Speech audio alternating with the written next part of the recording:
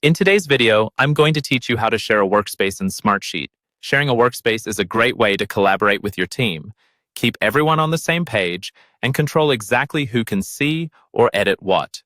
I'll walk you through the process from inside Smartsheet, and you can follow along on your own screen if you'd like.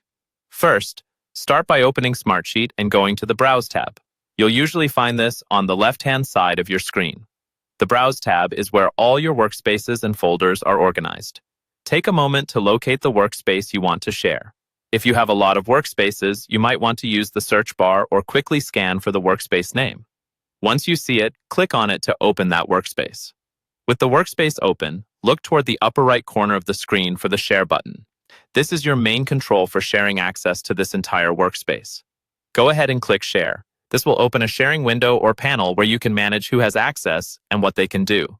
Inside this sharing window, look for the field labeled Invite People and Groups. This is where you'll type the email addresses of the people or groups you want to invite.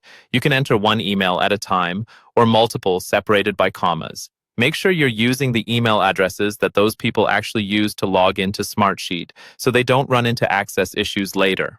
Once you've added the email addresses, the next step is to choose a permission level for these people from the drop-down menu. Permission levels control what they can do inside the workspace. For example, you might give someone view-only access if they just need to see the information, or editor access if you want them to update sheets and add content.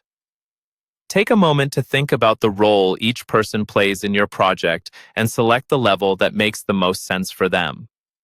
After you've confirmed the right permission level and checked that the email addresses are correct, you're ready to finalize it. Click the Share button.